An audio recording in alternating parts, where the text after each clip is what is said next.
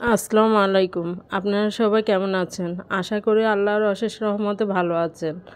আমিও কোনো রকম ভালো আছি।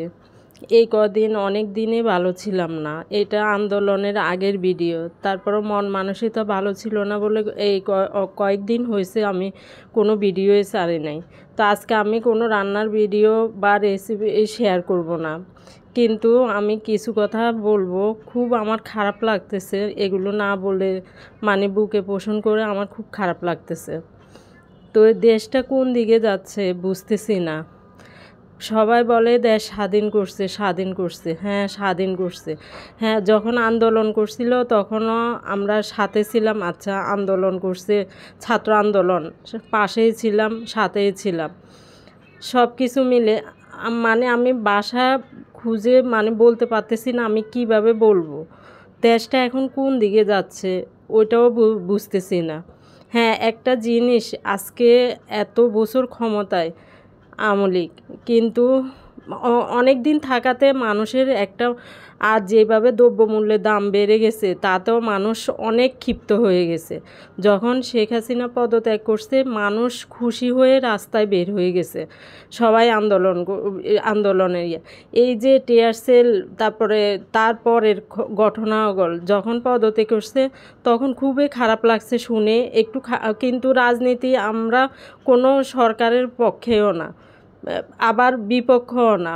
কিন্তু রাজনীতিটা এমন একটা জিনিস, কোন পর্যায়ে যাইতেছে আমি বুঝতেছি না। দেশের যদি শান্তির জন্য সবাই রাজনীতি করে আন্দোলন করে দেশটা বলে স্বাধীন করছে, তাহলে কোন দিকে যাচ্ছে দেশটা? এখনও সেই আন্দোলন চলতেছে, মানে কিভাবে? আর এই যে আন্দোলন হয়েছে, কত মানুষ অযথা পথচারী যারা আন্দোলন করছে তার থেকে কয়েকজন মারা গেছে, যারা আন্দোলন করে নাই তারাও আহত হয়েছে, তারাও নিহত হয়েছে, আবার কিছু মানুষ বন্দিও হয়েছে। হ্যাঁ, সব কিছু মিলে মানে অনেক খারাপ অবস্থায় গেছে, অনেক খারাপ লাগছে ওই কয়দিনও। এখনও মানে চিন্তা করি কি হইতেছে পদত্যাগের পরে, যেভাবে রাত্রে মনে করছি রাত্রে শান্তিমতো ঘুমাবো, মনে করেছি দেশে শান্তি ফিরে এসেছে, কিন্তু রাতে ঠিকমতো ঘুমাতেও পারি না ডাকাতের ভয়ে। দেশের এই পরিস্থিতি আমরা কি আশা করেছি?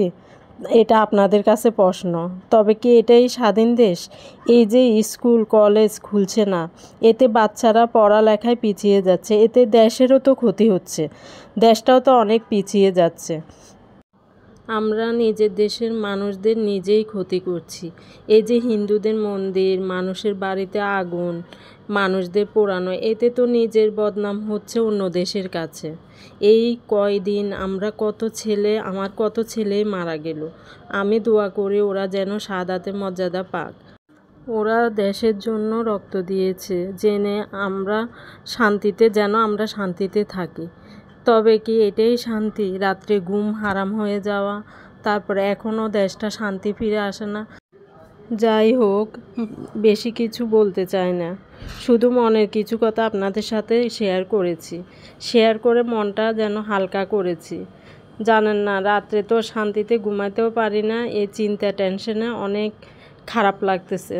তো এখানে আমি রান্না করতেছি, আপনাদের কাছে এই রান্নাটা শেয়ার করতেছি। এখানে আমি তেল দিয়ে, তারপরে পেঁয়াজ কুচি, তারপর কাঁচামরিচ কুচি দিয়ে আমি লবণটা দিয়ে দিছি। আমি লবণটা, তারপর কাঁচামরিচ কুচি এগুলো আগেই দিয়ে থাকি। তারপরে এখানে আমি রসুন বাটা দিয়ে দিছি পরিমাণ মতো। রসুন বাটাটা দিয়ে আমি এটাকে একটু কষিয়ে নিব। তারপর আমি এখানে গুঁড়ো মশলাগুলো দিয়ে দিব। একটু ভাজা ভাজা হয়ে আসলে আমি এখানে এখন গুঁড়ো মশলাটা অ্যাড করে দিচ্ছি। এখানে হলদের গুঁড়ো দিয়ে দিছি, তারপরে মরিচের গুঁড়োটাও দিয়ে দিব পরিমাণ মতো। দিয়ে তারপর আমি এটাকে কষিয়ে নিব। তো এখানে কষিয়ে নিচ্ছি, একটু পানি অ্যাড করে দিছি, না হলে মরিচটা পুড়ে যাওয়ার সম্ভাবনা থাকে। এই জন্য পানিটা অ্যাড করে এখন মশলাগুলো সবগুলো একটু কষিয়ে নিয়ে তারপরে এখন মাছের মাথাটা দিয়ে দিব। এখানে ইলিশ মাছের মাথা আর লেজ, তার আগে আমি ইলিশ মাছ কীভাবে রান্না করছি আপনাদের সাথে শেয়ার করছি, তো ওইটার ভিডিও বললাম না, কিছু মনের কথা আপনাদের সাথে শেয়ার করলাম। তো এখন এই রান্নাটা আমি মানে ইলিশ মাছের মাথা আর কচু দিয়ে রান্না করব, যে ওইটা আপনাদের সাথে একটু শেয়ার করতেছি রেসিপিটা। এই তো আমি ইলিশ মাছটা বসিয়ে দিছি, এখন ডিমটা পানি দিয়ে তারপর ডিমটা দিয়ে দিছি। তো এই তো আমার মাথা লেজটা যখন একটু কষিয়ে আসবে, মানে ঝোলটা কষিয়ে আসবে, তখন আমি এখানে তরকারিগুলো অ্যাড করে দিব। এখানে আমি কচুরমুখিটা এখন দিয়ে দিছি। আমার এইটা সবচেয়ে একটা ফেভারিট খানার মধ্যে আমার এটাই একটা ফেভারিট খানা, মানে আমার এটা খুব ভালো লাগে, ইলিশ মাছের মাথা দিয়ে কচুরমুখি। আপনাদের কার কার ভালো লাগে আপনাদের শেয়ার করিয়েন আমার কাছে। তাই আমি এই জন্যই আপনাদের সাথে শেয়ার করলাম। আমার থেকে এই রান্নাটা মানে ইলিশ মাছের মাথা দিয়ে তারপর কচুরমুখি দিয়ে, এটাই আমার সবচেয়ে মানে সব তরকারির মধ্যে এই জিনিসটাই আমার বেশি ভালো লাগে। তো এখন আমি এটাকে কষিয়ে নিব। আর ছড়াগুলো মানে আমরা ছড়াও বলি, ঢাকা কচুরমুখী বলে, আরও কোন কোন অঞ্চলে কচুর গাঁটি, আরও কত কিছু, এটার নাম কি জানে আমি জানি না। আমাদের দেশে এটাকে নোয়াখালী অঞ্চলে ছড়া বলে থাকে। তো এখান দিয়ে আমার মাছ বোনাটাও হয়ে আসতেছে। তো এই ছড়াটা এত ভালো ছিল, মানে গলে গেছিলো একটুতেই, মানে গলে গেছে। অনেক ছড়া মানে শক্ত থাকে না, তারপরে নষ্ট থাকে, একটা ছড়াও নষ্ট ছিল না। তো এখানে এখন আমি কষানো হয়ে গেছে, এখন আমি পরিমাণ মতো এখানে পানি দিয়ে দিচ্ছি।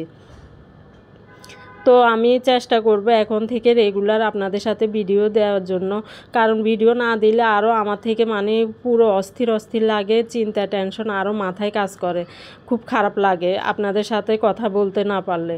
তো আজকের থেকে আমি চেষ্টা করব আপনাদের সাথে প্রতিদিনই ব্লগ ভিডিও, তারপর শর্ট ভিডিও এগুলো শেয়ার, মানে আপনাদের সাথে শেয়ার করার জন্য। তো এই তো আমার মাছ বোনাটা হয়ে গেছে।